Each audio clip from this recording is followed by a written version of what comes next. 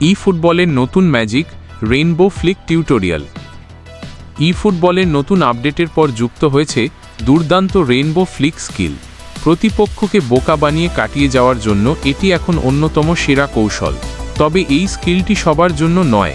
আপনার প্লেয়ারের dribbling status যত ভালো হবে, স্কিলটি তত নিখুঁতভাবে কাজ করবে।